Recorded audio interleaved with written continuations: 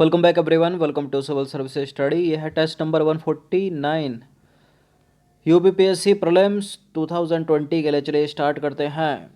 इस पूरी की पूरी टेस्ट सीरीज़ की प्लेलिस्ट का लिंक आपको डिस्क्रिप्शन बॉक्स के नीचे मिल जाएगा। वहां पर आप टेस्ट नंबर 1 से लेकर 149 तक पहुंच सकते हो। तो अजय, ये क्वेश्चन नंबर 1 है। निम्नलिखित कथनों पर विचार करना। तो स्टेटमेंट है यहाँ पर बताना कि इनमें से कौन सा करेक्ट है। पहला स्टेटमेंट क्या है? पहला स्टेटमेंट है, महत्वपूर्ण पक्षी एवं जैव विविधता क्षेत्र IVA एक ऐसा क्षेत्र होता है जिसकी पहचान अंतर्राष्ट्रीय स्तर पर स्वीकृत मानदंडों के समुच्चयों के माध्यम से की जाती है। और IVA यानी international bird and biodiversity area का विकास और स्थलों की पहचान वर्ल्ड लाइफ इंटरनेशनल द्वारा की जाती है। बिल्कुल करेक्ट है दोनों के दोनों स्टेटमेंट। सी है इसका आंसर। तो IVA एक ऐसा क्षेत्र होता है जिसकी पहचान अंतर्राष्ट्रीय स्तर पर स्वीकृत मानदंडों के समुच्चयों के माध्यम से की जाती है जो पक्षियों की आबादी के संरक्षण हेतु विश्व स्तर पर महत्वपूर्ण होते हैं। अब देखिए, IVA का विकास और स्थलों की पहचान वर्ल्ड लाइफ इंटरनेशनल द्वारा की जाती है और वर्तमान में पूरे संसार में 12,000 से अधिक IVA स्थल चिन्हित किए गए हैं। क्वेश्चन नंबर 2 पर आ जाइए। निम्नलिखित कथनों पर विचार करना। एक बार फिर से दो स्टेटमेंट बताना कि इनमें से कौन सा करेक्ट है। पहला स्टेटमेंट है, सलीम अली पक्षी विज्ञान एवं प्राकृतिक इतिहास केंद्र एक सोसाइटी के रूप में पंजीकृत है और इसकी अध्यक्षता केंद्रीय वन एवं पर्यावरण मंत्री करते हैं। बिल्कुल करेक्ट है दोनों के दोनों स्टेटमेंट। सी है इसका आंसर। तो देखिए, सलीम अली पक्षी विज्ञान एवं प्राकृतिक इतिहास केंद्र जो एक सोसाइटी के रूप में पंजीकृत है तथा केंद्रीय वन एवं पर्यावरण मंत्री इसकी अध्यक्षता करते हैं। ये कोयम्बटूर में स्थित है। क्वेश्चन नंबर 3 पर आ जाइए। निम्नलिखित में क्लॉस्ट्रीडियम बोटुलिनम क्या है? देखिए, क्लॉस्ट्रीडियम हो गया, माइक्रोबैक्टीरियम हो गया, ये क्या है? ये बैक्टीरिया है, बैक्टीरिया जीवाणु। तो क्लॉस्ट्रीडियम बोटुलिनम एक बैक्टीरिया है, जीवाणु है। यह पक्षियों के तंत्रिका तंत्र को प्रभावित करता है जिससे उनके पैर और पंख तथा गर्दन जो है वो लकवाग्रस्त हो जाती है। क्वेश्चन नंबर 4 पर आ जाइए। निम्नलिखित कथनों पर विचार करना है। पहला स्टेटमेंट है, वन्य जीव अपराध नियंत्रण ब्यूरो देश में संगठित वन्य जीव अपराध से निपटने हेतु पर्यावरण वन एवं जलवायु परिवर्तन मंत्रालय के तहत एक सांविधिक एवं बहु अनुशासनिक निकाय है, मतलब स्टैच्यूटरी बॉडी है। वन्य जीव अपराध नियंत्रण ब्यूरो का गठन हुआ था 2007 में वन्य जीव संरक्षण अधिनियम 1972 के 72 में संशोधन के माध्यम से। वन्य जीव अपराध नियंत्रण ब्यूरो का गठन हुआ था 2007 में वन्य जीव संरक्षण अधिनियम 1972 में संशोधन के माध्यम से।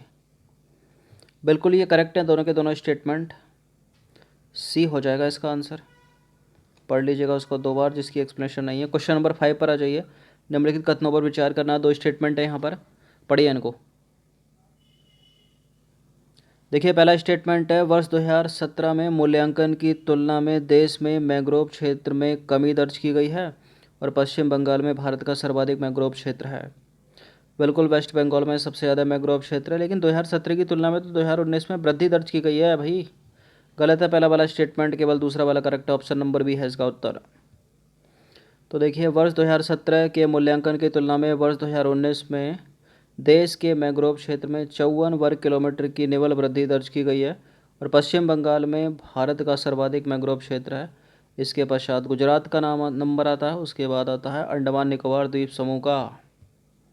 क्वेश्चन नंबर 6 पर आ जाइए। निम्नलिखित में से बांस के अंतर्गत सर्वाधिक क्षेत्र किसमें है? कहाँ पर सबसे ज़्यादा बांस पाए जाते हैं? सर्वाधिक क्षेत्र बांस के लिए मध्य प्रदेश में है और दूसरे नंबर पर है महाराष्ट्र। दो मध्य प्रदेश, चलिए एक को हटा दीजिए। ए भी सही होगा, सी भी सही होगा।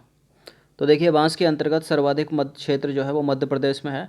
इसके पश्चात महाराष्ट्र का नाम आता है दूसरे नंबर पर, और तीसरे नंबर पर है अरुणाचल प्रदेश, और चौथे पर है किसका? उड़ीसा का। तो वो प्रिंटिंग मिस्टेक है, एक महाराष्ट्र होगा इसमें, हाँ सॉरी, एक अरुणाचल प्रदेश होगा। तो आप इस तरह से याद कर लीजिए। मध्य प्रदेश नंबर 1 है बांस के अंतर्गत सर्वाधिक क्षेत्र में, उसके बाद महाराष्ट्र नंबर 2 पर, अरुणाचल प्रदेश नंबर 3 पर है, और 4th पर है क्या? उड़ीसा। क्वेश्चन नंबर 7 पर आ जाइए। 2 स्टेटमेंट है यहाँ पर, बताना है कि इनमें से कौन सा करेक्ट है। पहला स्टेटमेंट है, वनों पर ईंधन हेतु निर्भरता महाराष्ट्र राज्य में सबसे कम है। चारा, लघु काष्ठ और बांस के लिए निर्भरता मध्य प्रदेश में सर्वाधिक है। देखिए दूसरा करेक्ट है, पहला वाला गलत है, क्योंकि वनों पर ईंधन हेतु निर्भरता सबसे ज़्यादा है महाराष्ट्र में, सबसे कम नहीं है। तो वनों पर ईंधन हेतु निर्भरता जो है महाराष्ट्र में सर्वाधिक है, जबकि चारा हो गया, लघु काष्ठ हो गया और क्या हो गया, बांस के लिए निर्भरता मध्य प्रदेश में सबसे ज़्यादा है। क्वेश्चन नंबर 8 पर आ जाइए। भारत वन स्थिति रिपोर्ट 2019 क्या कहती है? निम्नलिखित में से किसमें झाड़ियों की प्रजातीय समृद्धता जो है अधिकतम है? किसमें पाई जाती हैं सबसे ज़्यादा झाड़ियाँ? अरुणाचल प्रदेश, हिमाचल, महाराष्ट्र, या इनमें से कोई नहीं, कोई और भी हो सकता है। भारत वन स्थिति रिपोर्ट 2019 के अनुसार निम्नलिखित में से किसमें झाड़ियों की प्रजातीय समृद्धता अधिकतम है? किसमें? देखिए इसका आंसर है option number A, Arunachal Pradesh. Bharat one स्थिति रिपोर्ट 2019 के अनुसार अरुणाचल प्रदेश में झाड़ियों की प्रजातीय समृद्धता अधिकतम है। क्वेश्चन नंबर 9 पर आ जाइए। इनमें से किसे टाइलर पुरस्कार 2020 से सम्मानित किया गया है? इंपॉर्टेंट है ये, इन्वायरमेंट के क्षेत्र में दिया जाता है। पुरस्कार मिला किसको है? ये मेधा पाटकर को नहीं, रचित राज को नहीं, पवन सुखदेव को। किसको? पवन सुखदेव को मिला है। ऑप्शन नंबर बी है इसका उत्तर। तो प्रसिद्ध पर्यावरण अर्थशास्त्री पवन सुखदेव को हरित अर्थव्यवस्था के क्षेत्र में उनके योगदान के लिए टाइलर पुरस्कार 2020 से सम्मानित किया गया है। क्वेश्चन नंबर 10 पर आ जाइए। निम्नलिखित कथनों पर विचार करना। 2 स्टेटमेंट है यहाँ पर, बताना कि इनमें से कौन सा करेक्ट है। पहला स्टेटमेंट है, टाइलर पुरस्कार वर्ष 1973 में स्थापित सर्वाधिक प्राचीन अंतर्राष्ट्रीय पर्यावरण पुरस्कारों में से एक है। यह अंतर्राष्ट्रीय टाइलर पुरस्कार कार्यकारी समिति द्वारा यूनिवर्सिटी ऑफ सदर्न कैलिफोर्निया के प्रशासनिक सहयोग से प्रदान किया जाता है। बिल्कुल ये करेक्ट है दोनों के दोनों स्टेटमेंट। इसका आंसर हो जाएगा option number C. Question number 11 पर आ जाइए। निम्नलिखित कथनों पर विचार करना है। पहला स्टेटमेंट क्या है?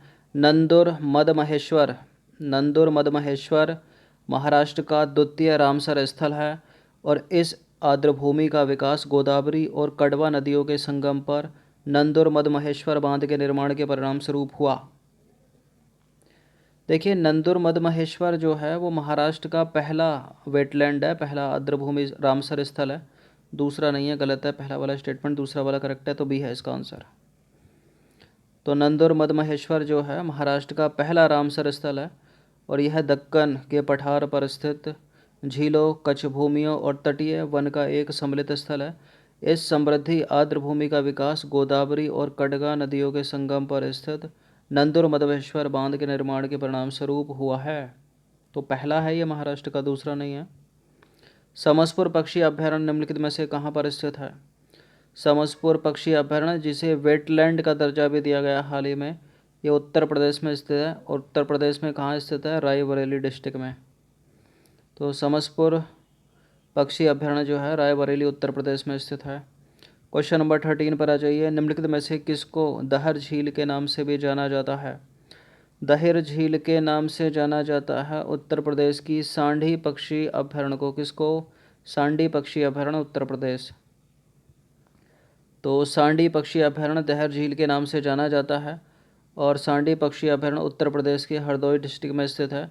इस अभ्यारण्य के निकट से गर्रा नदी प्रवाहित होती है। नंबर 14 पर आ जाइए। सरसई नावर झील निम्नलिखित में से कहाँ स्थित है? सरसई नावर झील उत्तर प्रदेश में स्थित है। उत्तर प्रदेश में कहाँ स्थित है? इटावा में। तो देखिए सरसई नावर झील जो है इटावा डिस्ट्रिक्ट उत्तर प्रदेश में स्थित है। इसका आंसर क्या हो जाएगा? Option number B.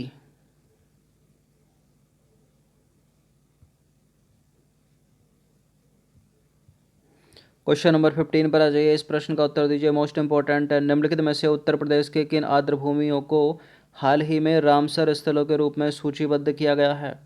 तो टोटल 6 हैं जिनको किया गया है। सांडी पक्षी अभ्यारण्य भी है, समसपुर पक्षी अभ्यारण्य भी है, नवाबगंज पक्षी अभ्यारण्य भी है। तो तीनों के तीनों हैं, ये 3 और हैं, तो उपरोक्त सभी। इसका आंसर हो जाएगा ऑप्शन नंबर डी। तो देखिए हाल ही में उत्तर प्रदेश के 6 आर्द्रभूमि स्थलों को अंतर्राष्ट्रीय महत्व के रामसर स्थल के रूप में अधिसूचित किया गया है।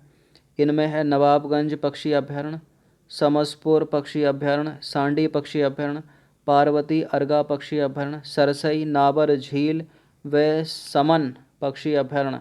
इसके अंतर्गत नंदुर मदमहेश्वर जो महाराष्ट्र का है, और पंजाब का व्यास संरक्षण रिजर्व, नागल वन्यजीव अभयारण्य और केशवपुर मियाँ सामुदायिक रिजर्व को भी हाल ही में अंतर्राष्ट्रीय महत्व के रामसर स्थल के रूप में सूचीबद्ध किया गया है।